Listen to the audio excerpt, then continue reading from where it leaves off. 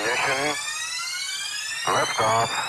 Coming to you live from the White Picket Studios in Houston, Texas, this is the Realty Ruckus. If you are in any way, shape, or form involved in the real estate industry, this is the show for you. And now, your host, Alan Hernandez. Good morning, Houston. Thank you for joining us here at Realty Ruckus. We are excited to be here today. Very excited. Very excited.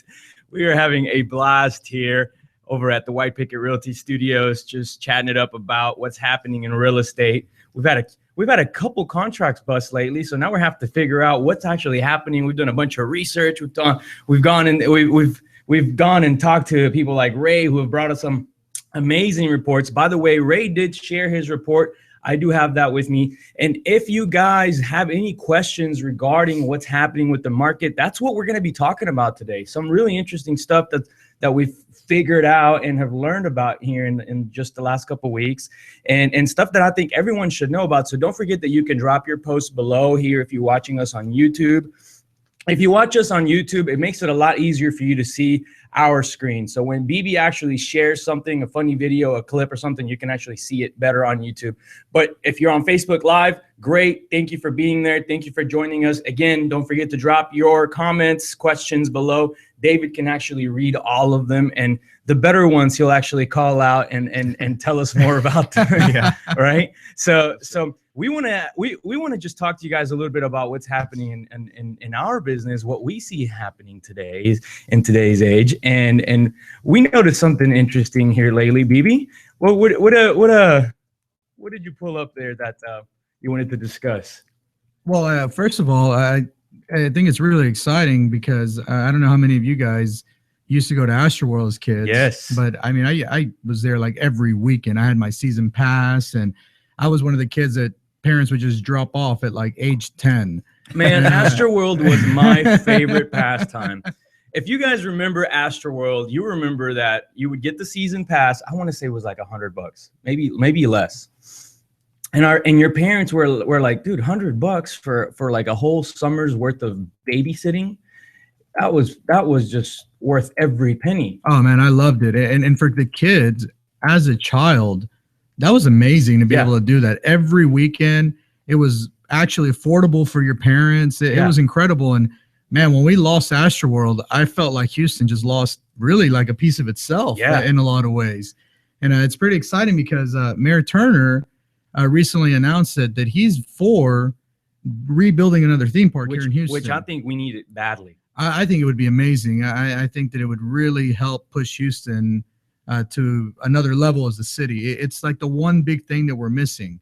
I mean, you've got the water park way out in Katy, and then you've got the other one in Galveston. But there's nothing in the city. Exactly. We don't have anything central like city theme park. And you know, people used to come visit Houston because of Astroworld. I do remember that. I remember talking to people waiting in line, and there was actual tourists. I mean, people visiting Houston just for Astroworld. It's the same way we go to San Antonio to go to Fiesta, Texas, you know? That's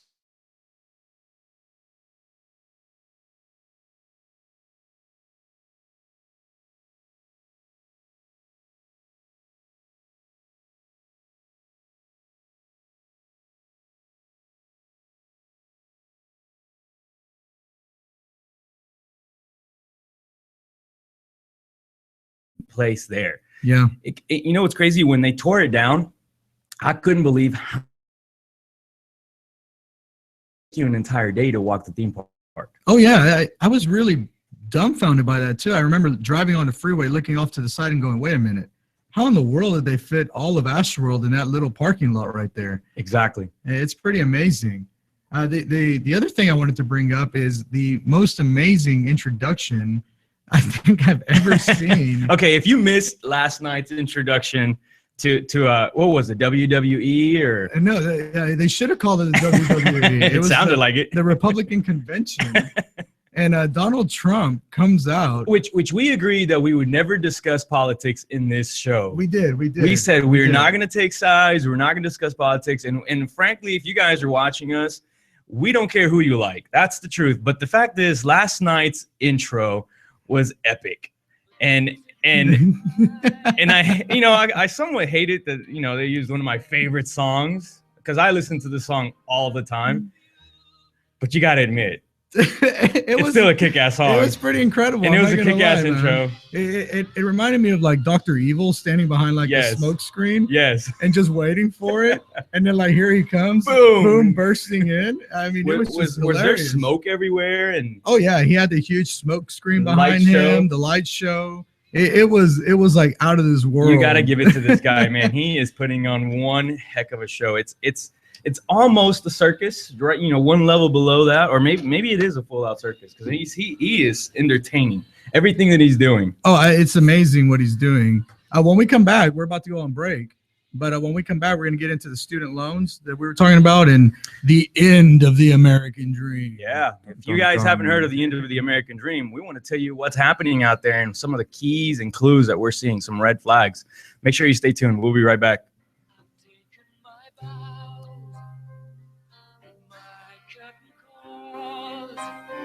NAREP Greater Houston is bringing the country's top realtors and lenders to one place to help you develop, retain, and grow a powerful team in real estate. July 28th from 4 to 6 p.m. at Gallery Furniture Southwest. Make sure you reserve your spot. This is going to be the place to be. Email us at houston@narep.org. That's houston@nahrep.org for more information.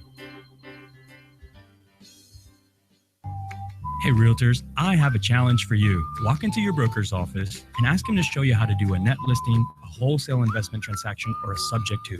I'm Alan Hernandez, broker of White Picket Realty, and my team and I have been doing these type of transactions for years. We can show you how to do the same and turn small deals into big checks. If you're interested in learning more, please contact join@teamwpr.com, join@teamwpr.com.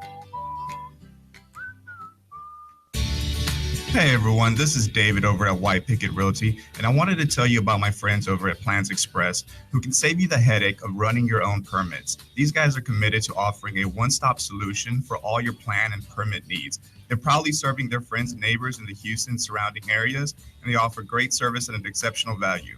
With dedicated professionals ready to serve, contact them today at 832-675-6217.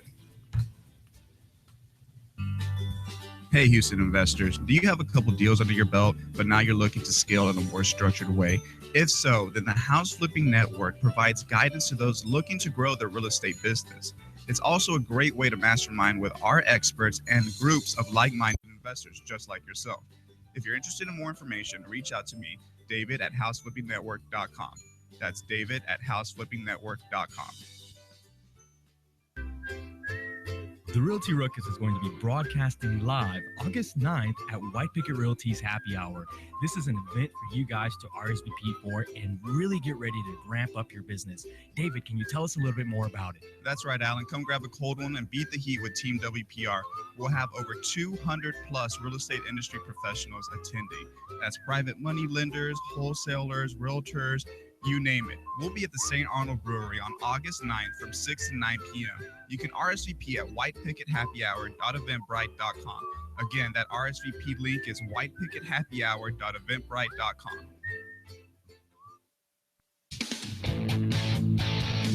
And we are back on the Realty Ruckus.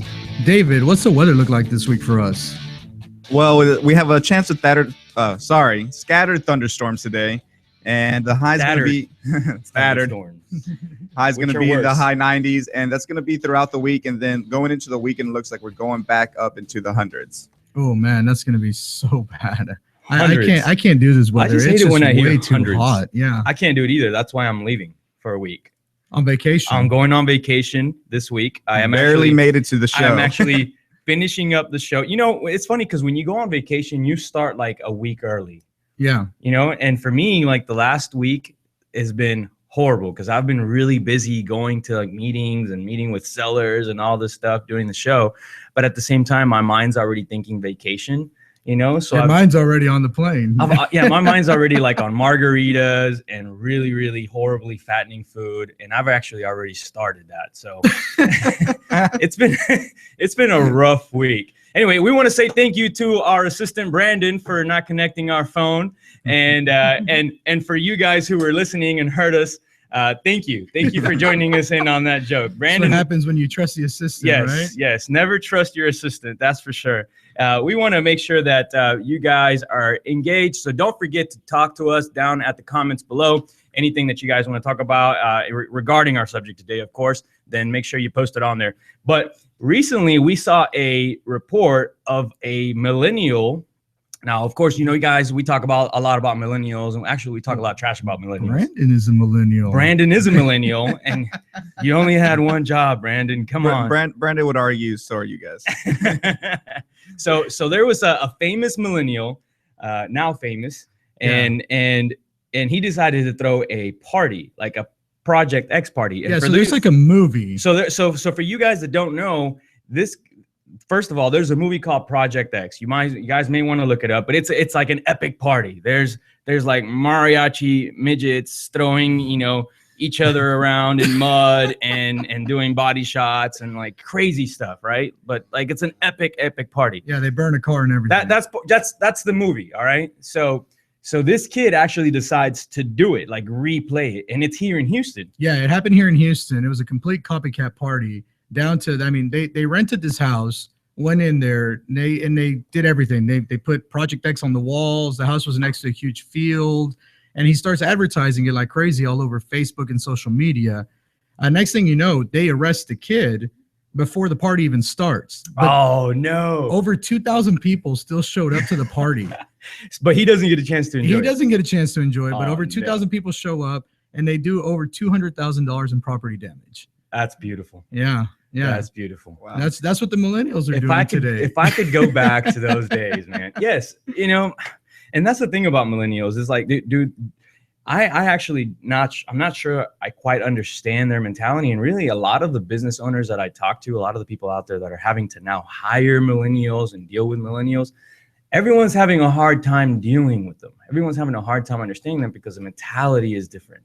They forget to plug in a little cable when, like they just forget that kind of stuff. Right, Brandon? Thank you. So, what happens to this kid? One, he goes to jail, blah, blah, blah. He completely ruins this house, of course. Yeah. Right.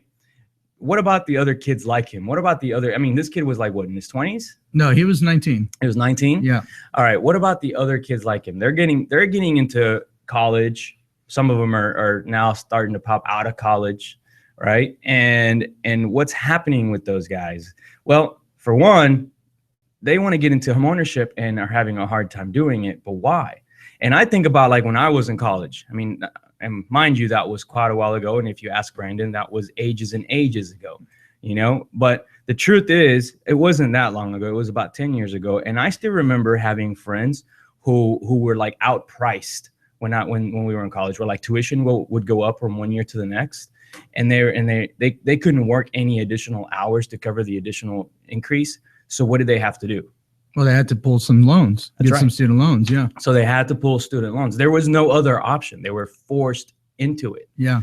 And in order for them to be able to continue to go, or they either had to drop out of school or quit work, which they couldn't afford to do because they had to find some kind of way to live. So I remember I met people like that. I talked to people like that. And nowadays I have, I'm 33 years old, but I'm actually 21 years old, but I in reality, I'm 33 years old. And at my age, I still see people that are like 35, 36, friends of mine who went to college, and they're having a hard time getting their first house. Well, yeah, the average debt right now that somebody graduates with is $29,000. And we're talking about, this is average. So you have some people who have no debt, and then you have some people who have just astronomical amounts of debt when they graduate college. I know people who have over. Wait. Let's play a game. Oh, let's play a game. Are you gonna ask us our debt? Let's play a game. Yeah, let's talk about it. Let's be honest here. How much debt did you guys graduate with, and who do you guys know that had more debt than you? Well, when I graduated, I had about $9,000 in student loans. Yeah, but you had a full ride. Like I had did. A full scholarship, so my student loans literally paid for food. Yeah. and I didn't want to take more than what I needed. So they would offer it to you. And that's, to me, that's the problem, is you go to that office, the financial aid office, and you're there to pick up scholarship money or something else. And they're like, hey, by the way, do you want a loan? Do you know you can make get it really easy. $10,000? Yeah. And they're like, well, just sign here and you can walk out with a check today. Yeah. And when you're a kid in college and you're broke and someone's offering you $5,000 or $6,000, it's really easy to sign on the line, and you don't even know what you're signing up for. And here's the thing: you don't know credit, you don't know interest rates, you don't know the terms, you don't know anything. You don't know anything. You just see $5,000 to $10,000, and you think, I'm going to buy some football tickets, I'm going to go tailgating, and I'm going to have a blast with this money, right? Because I remember going through that. That's exactly what some people did, and that's exactly yes, exactly, and more. What about you? What did you end up with? I think I ended up under 20,000. I had a full ride as well, the same as BB, but I stayed an extra semester. So that semester, in Alabama cost me another 10K plus just with the tuition. That extra semester. Well, that's right. Covered. You had out of state tuition to pay. Yeah. So, okay. So, I mean, mine was a very similar scenario as you guys, but all three of us had full ride scholarships. Yeah. What about the people that didn't have full rides? I have some friends. I'm not going to say any names, but I know of friends that I have that have upwards of $80,000 in student loans, and they're not making $80,000 a year. Oh, no way. They're making $30,000 to $50,000. They're making what you make as average out of college. And so I mean, I don't know. I don't have an $80,000 note to pay to student loans, but I'm assuming a payment on something like that is probably the size of a mortgage. It's between $500 and $600 a month. Yeah. And that's what's scary, is that $500 to $600 a month, and these people are barely making $32,000 a year. And that's why I think the American dream is dying. Exactly. So when we get back, we have some really, really amazing statistics that we just found, and we want to share those with you. We want to tell you guys a little bit about them, and we want to get your opinion on it, because this is something that could affect all of us here in the near future. Absolutely. We'll be right back.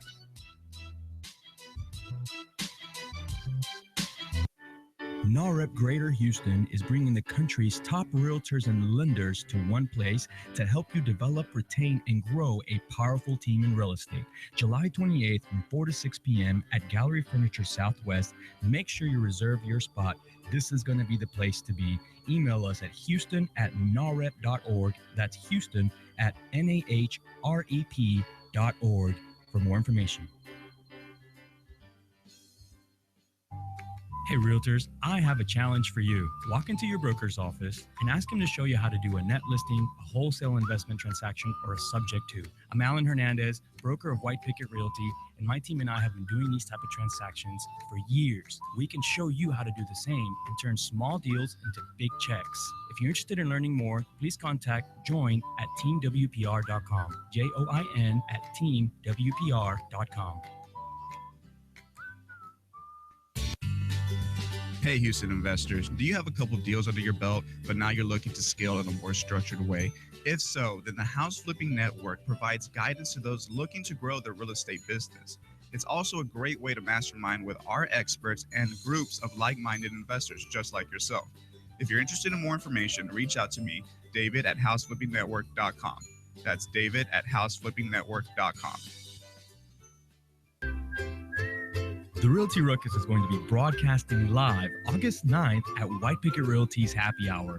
This is an event for you guys to RSVP for and really get ready to ramp up your business. David, can you tell us a little bit more about it? That's right, Alan. Come grab a cold one and beat the heat with Team WPR. We'll have over 200 plus real estate industry professionals attending. That's private money lenders, wholesalers, realtors, you name it. We'll be at the St. Arnold Brewery on August 9th from 6 to 9 p.m. You can RSVP at whitepickethappyhour.eventbrite.com. Again, that RSVP link is whitepickethappyhour.eventbrite.com.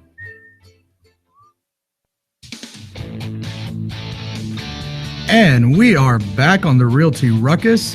And today we're talking about a really important topic, something that a lot of people talk about. And we're talking about student loans and how do those loans affect the housing market? Because right now, we're not really seeing the effect of student loans on the housing market. Well, we somewhat are. We see some red flags. We see how it's affecting young buyers, young people, how it keeps the younger generations from being able to achieve the American dream. And that's the thing about it. I mean, I get the question all the time, well, how did you even come up with White Picket Realty? Well, White Picket Realty has a lot to do with achieving the American dream. And it was something that, you know, when my parents came to this country and said, hey, we're moving to a completely different place in the world, we want you to achieve this dream. That was it. I wanted to come here and buy a house and you know, of course, you know, put a white picket fence on it like everyone else does, right? And so I imagine that's generally what everyone else wants to do. What you go to college for. You want to graduate, you want to buy your own house, you want to have a stable job, a stable income, et cetera, et cetera. And now it's getting to the point where it's becoming somewhat impossible for those people. And statistics actually are showing us some red flags that are saying, hey, things could be going for the worse. Now, you mentioned something about income or wealth gap. Yeah, so the wealth gap, it's really interesting, the numbers that we've got here, because in the early 1980s, the average net worth, so what a household was worth, under 35 was right around 15 grand, right? Yeah, which doesn't sound like a lot, but you gotta imagine, you know, these are people that are under 35. That just it's young people just getting their life started, just kicking off. So it was about 15 grand, and over 65, they were at about 120 grand. Okay, so you're looking at about a 10-to-1, right? Right. Between the difference between young and old. Today, in 2015, they redid the survey. Young people, the average net worth under 35 right now is only $10,000. So it actually went down. And it's actually gone down since 1980, the average net worth of a household.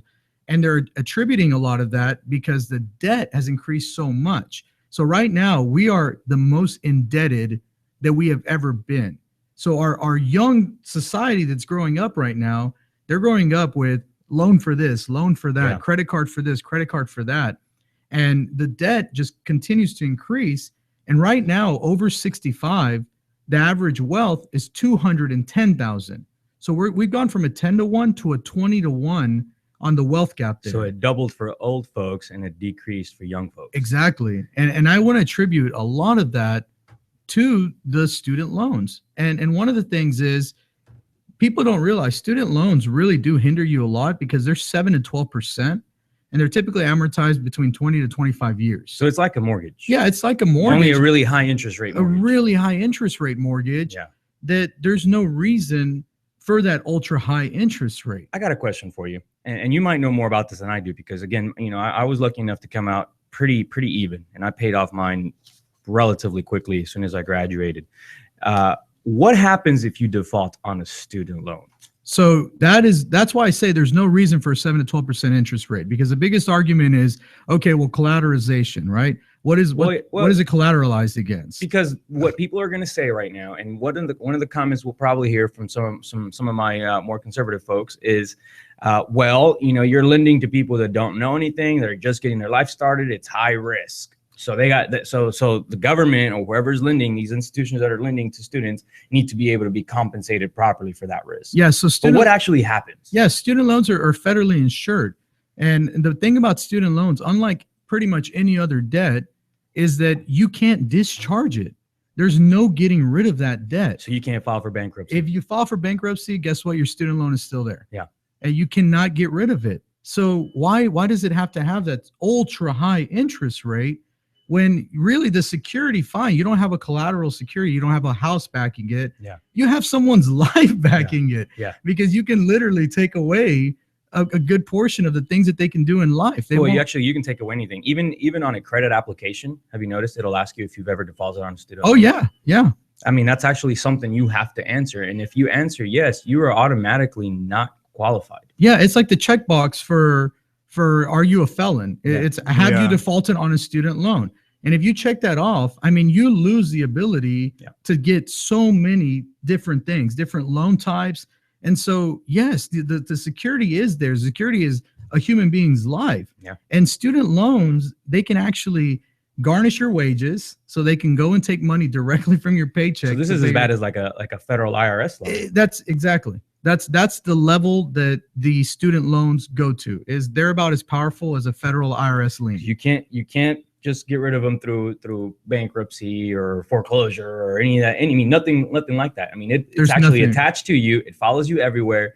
it dings your credit score all the way down to nothing if you miss a payment. Oh my goodness. If you miss a student loan payment, you better be prepared to watch your credit score drop about 50 points if you're 30 days late. Yeah. Wow. And I'm glad I've never missed one then. One payment. Yeah. If you hit 60 or 90 days late, you're looking at somewhere between 50 to 150 points lost immediately from that one student loan payment. You're pretty much screwed by missing a single student loan payment. Yeah. And what happens is a lot of people that I know, they didn't miss them on purpose because they wanted to. They just didn't know when the repayment was.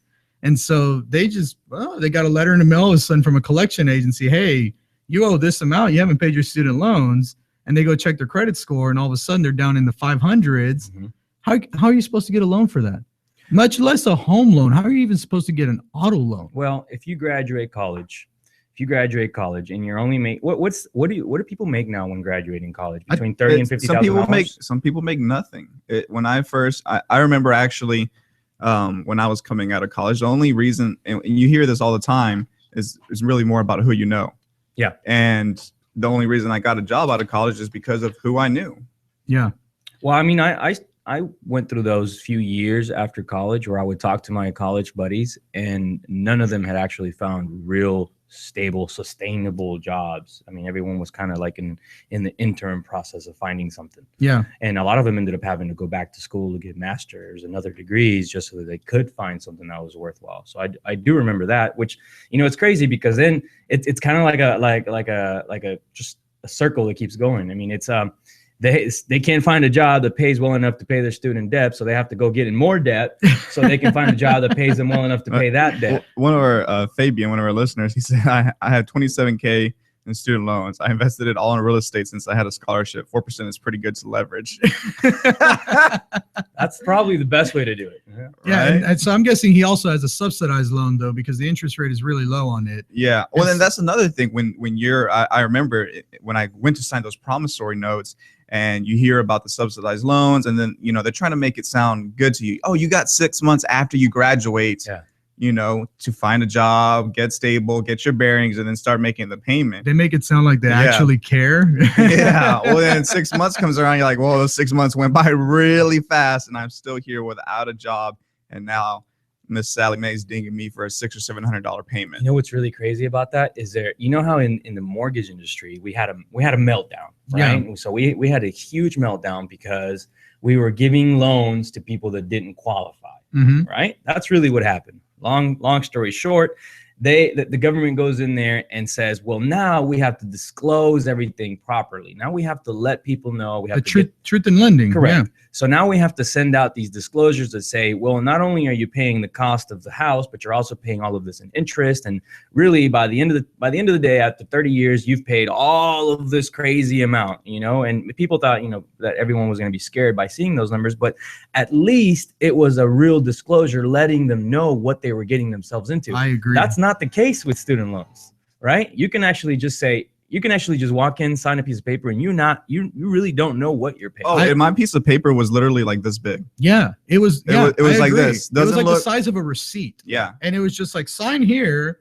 Okay. The most unofficial looking thing ever. Yeah. And then it's almost like that when you do taxes, they make it confusing almost on purpose, because they have, there's this type of loan, and there's the federal subsidized, federal unsubsidized, there's private loans, there's Pell Grants, there's Stafford loans, and you don't even know what you're getting. Yeah. I guarantee you most of the people right now who have any of those loans don't even know what kind of loan they have.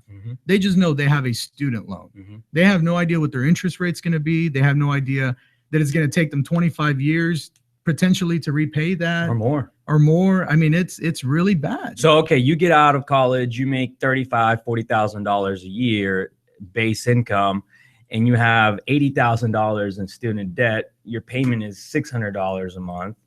I actually know somebody. This is 100% factual. I know somebody who makes $60,000. That's what they made out of college. Right.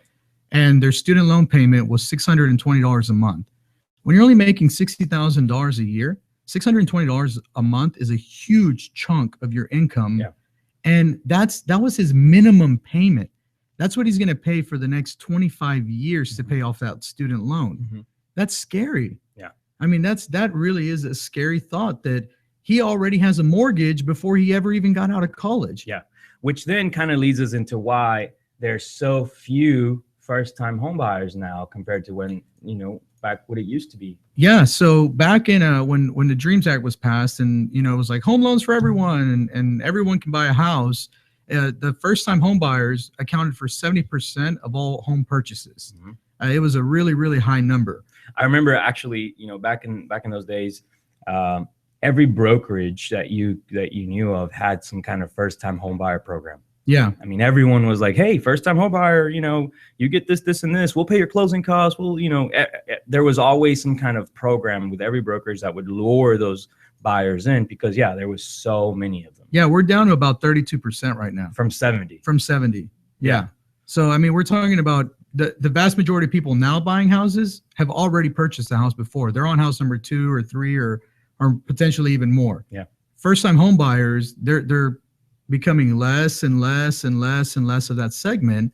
And I really, truly do believe a lot of that has to do with the fact that you're graduating college with so much debt that's adding years. Even if you're responsible and you say, okay, I'm going to pay off my student loans fast. I'm not going to do it the long version. I'm going to save up, pay that off. You're still looking at another 5 years, at least extra time that you got to pay off those loans. That money has to come from somewhere. I agree. And what's funny is we thought before we started the show that millennials just flat out didn't care about home ownership, right? And so I thought the same thing for a while. Our test subject for millennial thinking is always Brandon because he's the millennial think tank at White Picket Studios. He's 20 years old, so we always run millennial questions through him, and his answer was no. He cares about home ownership. He wants to own something one day eventually, but I think that there's the wall to being able to get to home ownership is so much higher nowadays. Well, when we asked him, I said, Brandon, do you even care about buying a house? Because one of my arguments was that, well, millennials are going to get so used to living in like these luxury apartment complexes with really their low price, those apartment complexes with the amenities. With great amenities, yeah. Yeah, you have theaters there, dog parks on site. The workout rooms. You have amazing swimming pools that have like Vegas-style parties. Who wouldn't want to live there? Yeah, exactly. And so when they do finally pay off those loans and now they can go get a mortgage, do they even want one? Or do they want to just go rent a house for $2,500 a month that's worth $400,000 or $500,000? Because that happens in Houston. Yeah, you can rent a really nice house for a very low price. Heck, I saw a $12 million house in River Oaks that was renting for $20,000 a month. And I mean, when you think about it, if you got a $12 million mortgage, your payment wouldn't be $20,000 a month. That doesn't even cover the taxes on the property. That's true. So that was my argument. And then I found out, I asked Brandon, I said, do you even care about buying a house? And the answer is, yeah, they still care about it. But his one main concern was, I'm going to have to add extra time because I've got to pay off my student loans first. Exactly. So what does this end up actually meaning for us on the realtor level, the real estate level, and not only that, on the investment level? Because I mean, we're involved with all of these millennials that are buying, or in this case, not buying. Yeah. So everyone talks about the impending student loan bubble, the student loan bubble, and the one thing is, you can't just give back your education like you did a house. Yeah. And so we have to think about how is the bubble going to affect every other part. How nice would that of be, our though? economy? Think about it. Never mind. Here's my degree back. Yeah. This degree sucks. I'm out of here. Take it back. Foreclose on me. I don't care. So, yeah, seriously. When we come back from the break, I want to get into that, and I want to look at what does that look like as affecting the economy overall as a whole, being able to purchase things with the impending student loan crisis. Absolutely. All right, you guys stick around. We'll be right back. NAREP Greater Houston is bringing the country's top realtors and lenders to one place to help you develop, retain, and grow a powerful team in real estate. July 28th from 4 to 6 p.m. at Gallery Furniture Southwest. Make sure you reserve your spot. This is going to be the place to be. Email us at houston@narep.org. That's houston@nahrep.org for more information. Hey realtors, I have a challenge for you. Walk into your broker's office and ask him to show you how to do a net listing, a wholesale investment transaction, or a subject to. I'm Alan Hernandez, broker of White Picket Realty, and my team and I have been doing these type of transactions for years. We can show you how to do the same and turn small deals into big checks. If you're interested in learning more, please contact join@teamwpr.com. join@teamwpr.com.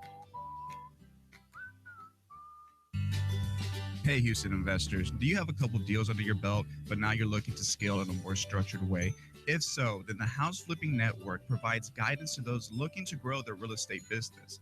It's also a great way to mastermind with our experts and groups of like-minded investors just like yourself. If you're interested in more information, reach out to me, David at houseflippingnetwork.com. That's David at houseflippingnetwork.com. Hey everyone, this is David over at White Picket Realty, and I wanted to tell you about my friends over at Plans Express who can save you the headache of running your own permits. These guys are committed to offering a one-stop solution for all your plan and permit needs. They're proudly serving their friends and neighbors in the Houston surrounding areas, and they offer great service at an exceptional value. With dedicated professionals ready to serve, contact them today at 832-675-6217. The Realty Ruckus is going to be broadcasting live August 9th at White Picket Realty's Happy Hour. This is an event for you guys to RSVP for and really get ready to ramp up your business. David, can you tell us a little bit more about it? That's right, Alan. Come grab a cold one and beat the heat with Team WPR. We'll have over 200 plus real estate industry professionals attending. That's private money lenders, wholesalers, realtors, you name it. We'll be at the St. Arnold Brewery on August 9th from 6 to 9 p.m. You can RSVP at whitepickethappyhour.eventbrite.com. Again, that RSVP link is whitepickethappyhour.eventbrite.com.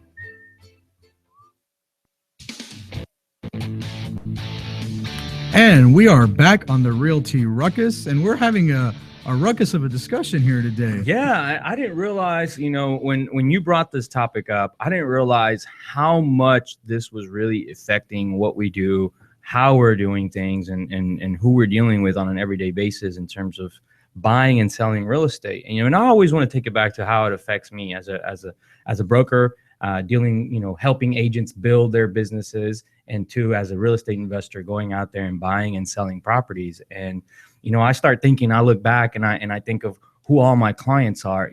I haven't had a first time buyer client in a while. I mean, I really haven't here in the last year or so. Yeah. Now I know my agents, some of them do, and they may do some of that. But the majority of the people that I end up dealing with, you're right. They're people that are buying their second home, maybe even their third, and they're a little bit older than 35 years old.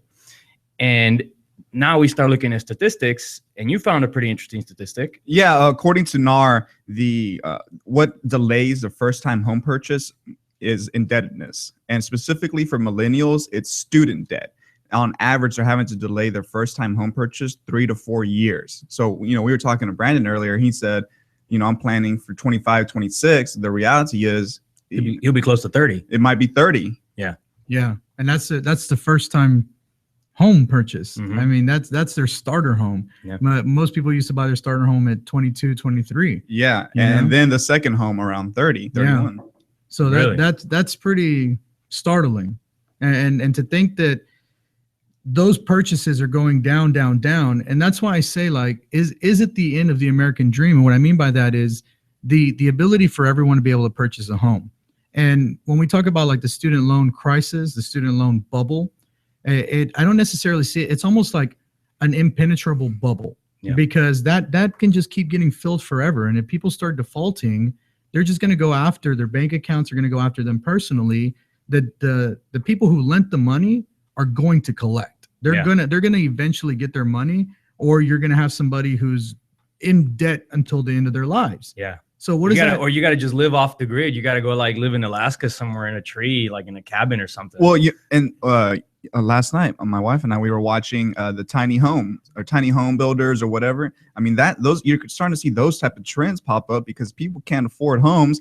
Why not go live in the forest off the grid, collect my rainwater in a 20 to 30,000 tiny home? Well, and that's why I say, like, the student loan bubble, isn't necessarily going to affect only student loans or that sector. It's going to affect the economy overall in a really significant way, because what you're going to see is what happens when all these people start to default on their loans and they start saying, well, we're just not going to pay them back. Well, the immediate impact is going to be, obviously, the banks aren't collecting their money, but the secondary impact is going to be those people can't get credit cards anymore. And they're screwed for a minimum of at least 14 years until that student loan gets paid off or until they figure something out. So you're talking about no more credit cards. You're talking about somebody trying to go get an auto loan. You can't get an auto loan if you have bad credit, and they're not gonna generate a new auto loan for you when you owe the government money, which is what happens when you default on a student loan. So everyone's gonna have to go out and buy motorcycles. Are we talking about turning into China here, where everybody's like? We're talking about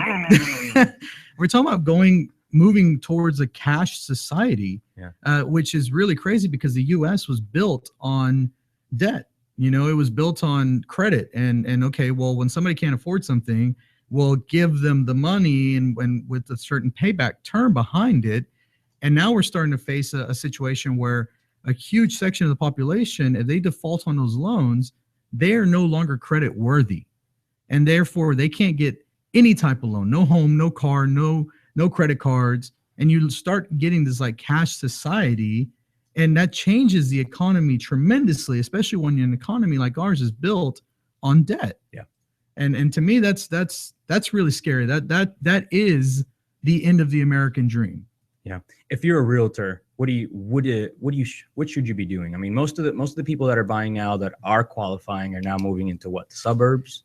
So again, from NAR, what the data is showing that millennials can't afford. Obviously, everyone loves to live in the city, but millennials can't afford it anymore. And so what we're actually seeing is that generation in particular is moving out to the suburbs, where you get more bang for your buck, so to say. So we're actually seeing, what's going to happen in the future once that generation, grows a little bit older, and the city is kind of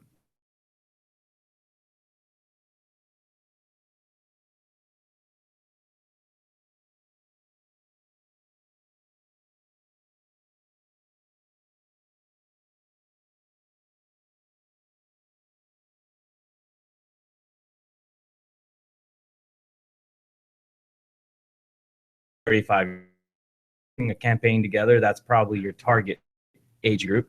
And then you should be possibly showing them homes that they can afford, where they can get most bang for your buck, which is going to be the suburbs. And that's something that you can start actually putting together if you're going in that direction, if that's your business, if you're a realtor that likes to target that client. Right? What if you're an investor? How does this affect you, knowing this kind of information? How can you stay ahead of the curve on this? Well, I think one of the big things is rental property, because we're moving towards that. We're moving, if less people can get loans, less people can afford to purchase, well, they have to live somewhere.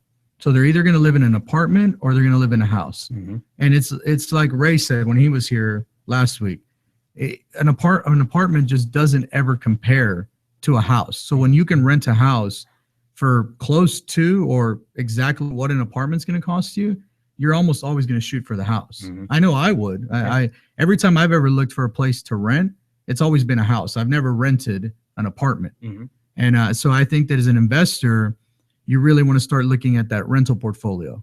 And you want to start considering building it up a little bit in preparation for the possibility. I'm not saying it's going to happen for sure. Nobody knows what's going to happen for sure, but it is a very strong possibility that more people are going to need rental properties. And we're already seeing that, at least from age 23 to 28, they're needing rental properties right now. They're not buying. And millennials are actually renting in the city, but when they're prepared to buy, they go to the suburbs. So rentals, if you're focusing on rentals, maybe more in the city, and if you're on the houses in the suburb area. You guys are making me feel really good about my little U of H house purchase. I'm starting to really think about that one, and I love it. I want to go out there and seriously just start knocking on some doors, man, if I have to, just to try to purchase more out there. Yeah, I think that's a real important thing. Another statistic that David brought up, which I actually found interesting because it kind of goes against the trend, is that the majority of the first-time home buyers are, you said married but no kids, or is it? No, the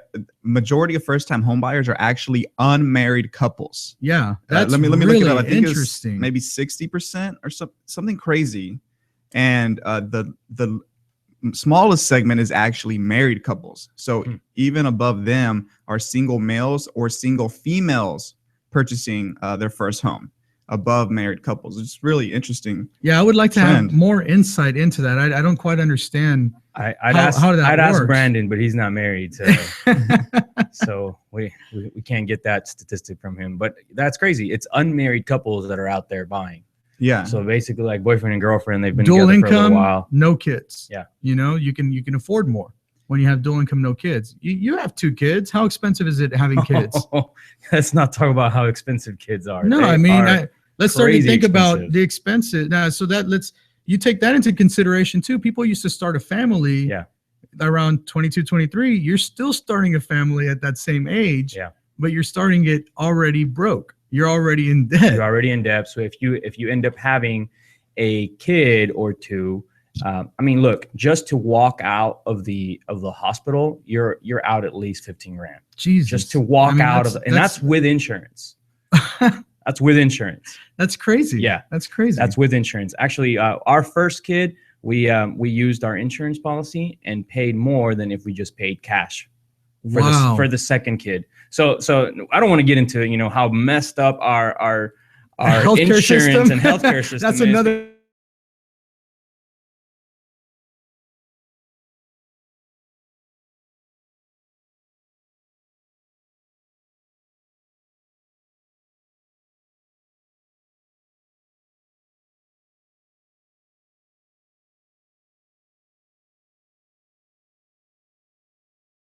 $15,000 in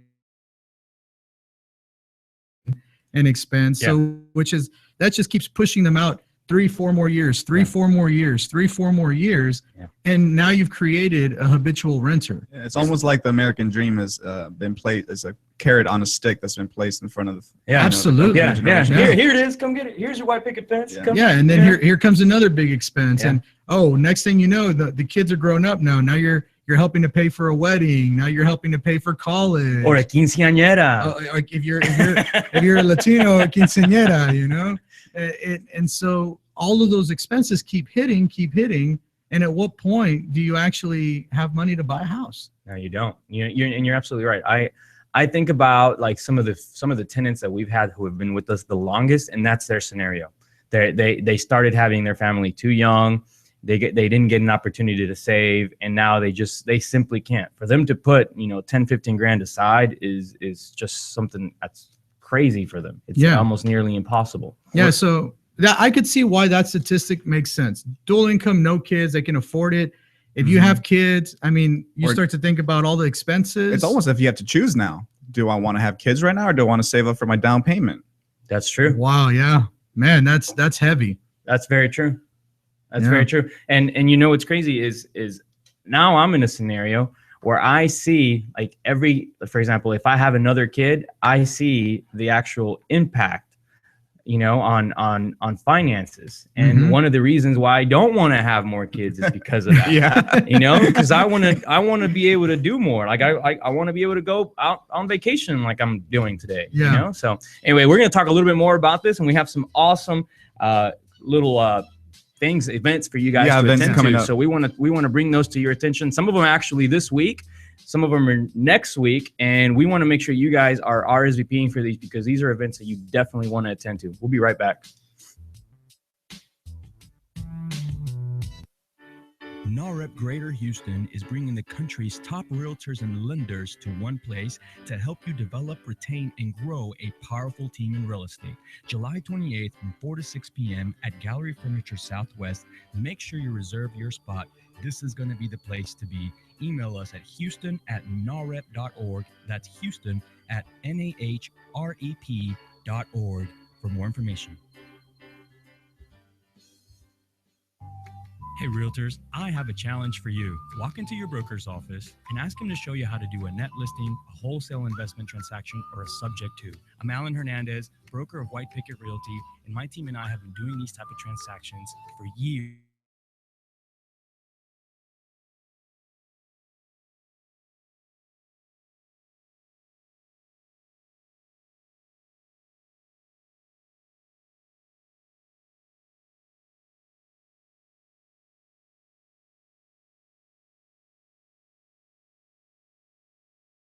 so, then the house flipping network. It's also a great way to mastermind with our experts and groups of like-minded investors just like yourself. If you're interested in more information, reach out to me, David at houseflippingnetwork.com. That's David at houseflippingnetwork.com. The Realty Ruckus is going to be broadcasting live August 9th at White Picket Realty's Happy Hour. This is an event for you guys to RSVP for and really get ready to ramp up your business. David, can you tell us a little bit more about it? That's right, Alan. Come grab a cold one and beat the heat with Team WPR. We'll have over 200 plus real estate industry professionals attending. That's private money lenders, wholesalers, realtors, you name it. We'll be at the St. Arnold Brewery on August 9th from 6 to 9 p.m. You can RSVP at whitepickethappyhour.eventbrite.com. Again, that RSVP link is whitepickethappyhour.eventbrite.com. And we are back on the Realty Ruckus, having a really good discussion today regarding first-time home buyers, millennials, and really just how everything's going to play out here in the next few years. I feel bad, man, because I never thought I would care about this. I got into real estate and I just wanted to buy and sell houses. And and you know, it isn't until it starts affecting you and affecting the people you know and the clients around you and in some cases our own livelihood, because when we start seeing that our friends can't buy houses because of these scenarios, you got to start questioning some of these things. You got to start bringing some of these things up and just wondering at what point does it actually really start affecting your business entirely. And you're right. I don't know if there is going to be a bubble, but there's certainly an impending problem there. And it's definitely going in the direction of killing the American dream. And I hate that. I hate to hear about that, just because that's what we're here for. Yeah, absolutely. We as realtors, as investors, we're here to provide that. We're here to be able to make that transition easy for those people, but it's nearly impossible if they simply can't qualify. And it stinks that they simply can't qualify because of the way the system is set up. That's just the way it is. They have no other option. They have no choice. There's not another way for them to do it, So I don't know how we can help them, but I can tell you for sure that, like David said, sometimes it just literally comes down to a choice. Yeah, it really does. Well, and I think it comes down to telling the people that have kids in that age group, so 15 years old, 14 years old, educate them on student loans. Have them be knowledgeable. Don't let them, I hate to make us sound like idiots, but don't let them be like us where you walk into that financial aid office and it's just sign on that dotted line and you've never signed for a loan before. You have no idea what's going on. Yeah. I mean, unfortunately, my parents didn't teach me anything about that. They didn't teach me about interest rates. They didn't teach me about, paying the repayment terms and what does that look like. It's non-education. They don't teach you that in college either. No. It was one of my biggest pet peeves about college. There is no. Well, there's probably a reason for that. If they want you to sign that nice and easy piece of paper. They do make it really, they make it too easy. People who didn't need loans. I know people in college who their parents were paying for everything. They didn't need a student loan, but they got them anyways. Why? Because it was easy. Yeah. And it was in the moment, it looks like free money. And where else can you get free money? You don't realize it until 6 months after you graduate, like David said, when you start getting those letters in the mail that say, hey, by the way, you got to repay that money now that you borrowed. That's true. Yeah. Or we'll garnish your wages, or we'll levy your bank account, or we'll chase you down for the rest of your life. They're hardcore. Yeah. They're hardcore. It's crazy. Anyway, let's go ahead and move on. We got a lot of really cool events that we got to talk about. One of which is happening this week, I believe. Yeah, so this week we have Jet Lending with Eddie Gantz Group and the Renters Warehouse. Guys, if you guys haven't been to this event, this is one of my favorite happy hours. I don't get a chance to make it to this one enough just because it's generally during the week. But when I have gone, it's a phenomenal event. You guys definitely make some time to go out there and check them out. They do the whole enchilada like we do, where we're, food, drinks, and really good just subject matter speakers. The people that just want to chit chat, go out to the back. People that want to learn, stay in the front.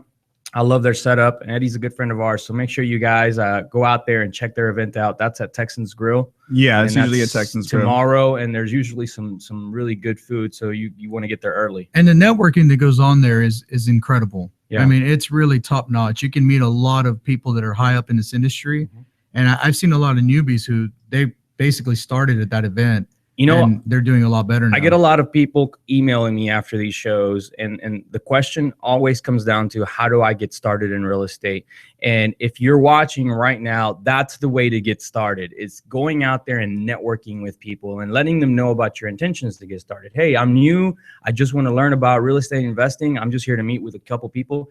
And you'd be surprised how much people are willing to share. I mean, when I get that question, I'm always happy to point people in the right direction, but it does take people to go out to the events, to talk, to chit chat, you know, maybe exchange a card or two. I think that's the most important part, is to get out there and actually talk, because sometimes I see people, and I know it can be nerve wracking because you don't know anybody, but it's as simple as saying, hey, how are you? I'm brand new. Yeah.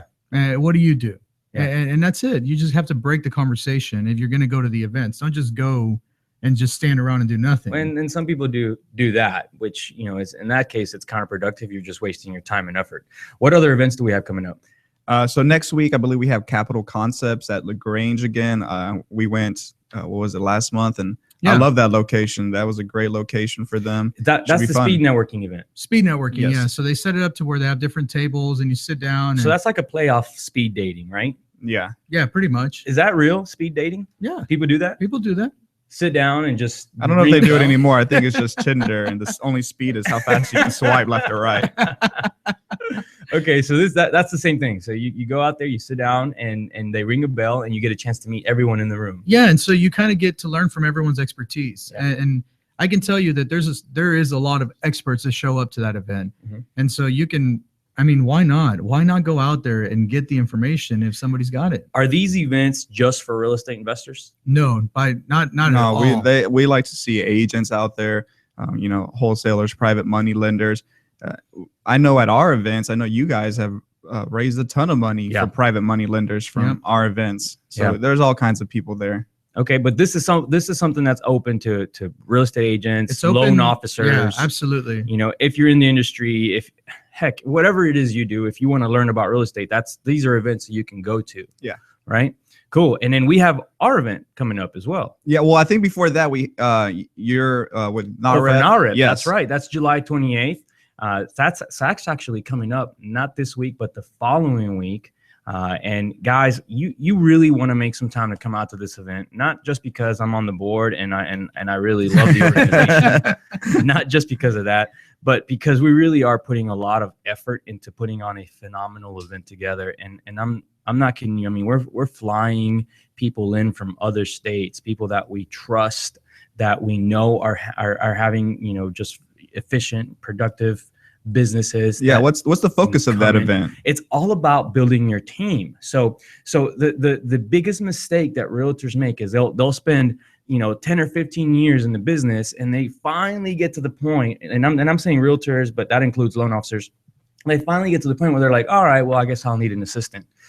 The reality is that you don't need to be 10 or 15 years into the business to have an assistant. You should be able to come in, learn the business, understand it, and immediately get an assistant and help you start skyrocketing to the next level. And then, so that's what this event is all about. There's a group of panelists, all of which are multi-million-dollar producers, and they're all going to come in and just tell us about how they set up their system, they set up their teams. Everyone's different, so you guys want to go out there and kind of listen to it, but there's a common core, there's a common theme into why these people are making that kind of money. And I read something the other day that goes along with that, building a team, and it was comparing, you know, running your company to being a doctor with like a self-practice. Yeah. And they were saying being a self-practitioner as a doctor and running your business with no team would be like having no nurses in your office. Yeah. It's you having to do everything. I mean, you're like collecting the money from the patients at the end of the visit. Yes. You're writing the prescriptions. You're the one putting the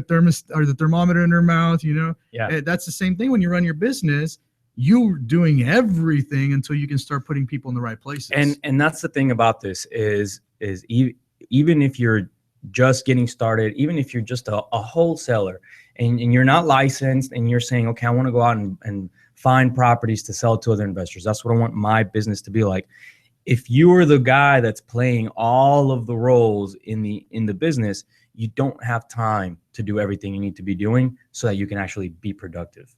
And that's what we want to achieve. We want to help you not only build, we want to help you retain, we want to help you be empowered so that you can focus on what you do best, what you're best at. You know, one of the most enjoyable parts of my business day is that I get a chance to go out and do the things that I like. Basically go out and meet with people and talk to people and have lunch, which, you know, of course, you guys know I love. Yeah, we've seen you go for a second lunch sometimes. Oh, I got a meeting. Guess I have to have lunch again. I mean, you have to do what you love every day to enjoy it, you know, and wake up and have a good time. So, you know, if you end up having to answer the phone calls, write the receipts and whatnot, you're in a situation where things don't become very enjoyable for you. So this is that's what this event is all about. It's bringing in people who have already done it, who are practicing it. They didn't just write a book and decided to sell you a copy of it. No, they're actually out there practicing. You know, it costs a little money, but I think it's worthwhile. What's the cost on it? I want to say it's $40. Okay. And does that include dinner, or what is that? It includes light food, yeah. Okay. And I believe it includes a drink as well. And we're gonna have sponsors for all the other stuff too. Gallery Furniture has done a phenomenal job of not only sponsoring the place, which, by the way, if you guys haven't been out to this place, it is one of the nicest places I've ever seen. They have sharks in tanks that you can literally see. Really? Nice. Yeah, I'm not kidding you. It's a really nice place. Wow. Okay, I'm going now. I'm sold. Yeah, you guys, it's a great event. Make sure you come out. That's July 28th. That's not this Thursday, next Thursday. Yeah. Now, what time is the event at? It starts at 4. We're gonna start it off at 4, and it won't be very long. By 6 o'clock, we're done, which is why we want to make it where it's very focused. It's very packed. It's an educational style event. So we have small tables there for you guys to come out and literally take notes. And then we're going to have a question and answer section at the end of it where you can literally ask all the questions you want. And the panelists are being instructed to give you crisp, clear answers on exactly what it is you want to learn. So yeah, that sounds awesome. If you have wanted to ask a multi-million-dollar producer how, what steps he took to be able to produce that kind of a volume, this is your opportunity to do it. And it's only going to cost you $40, which is cheaper than taking the guy out to some, steak lunch. Where can people register for that event? So you want to check out the NAREP website, and it's narepgreaterhouston.org. And definitely check us out on Facebook. If you just type in NAREP, that's NAHREP, we'll come out and you'll see the event there. It's really something that I think everyone should be at. So not to keep harping on you, but that's something that I think is awesome. I think we should all register. Our last event is our happy hour. Real quick before we have to sign off, August 9th, White Picket Happy Hour, St. Arnold Brewery. Come grab your second lunch, your first dinner, whatever it may be with us. Grab a cold one on us as well. It's going to be great networking. We're going to be live. We're going to be broadcasting live. Realty Ruckus will be live. That's one of the coolest perks of it is you guys get a chance to see us live, come up, talk to us, hang out, and have a good time. That's what it's all about. Yep. Well, that's it for today, guys. Man, I can't believe it. Have a good vacation, guys. Alan. I won't be here on Friday. Don't miss me too much. From what I understand, BB has a phenomenal show planned out for you guys. Oh, we'll be doing all sorts of juggling and mariachi band. Mariachi midgets. Mariachi midget band just for this show. I figured you guys are going to do it. You guys are going to do it without me. Thanks for listening, guys. We'll see y'all on Thursday. Thank Friday. You guys. See This has been the Realty Ruckus. Make sure and join us every Tuesday and Friday for new episodes. Find us on YouTube and Facebook for replays of previous episodes. And as always, keep elevating yourself and keep up your ruckus. Thanks for listening. Realty Ruckus has been brought to you by Smart Pig Media Productions.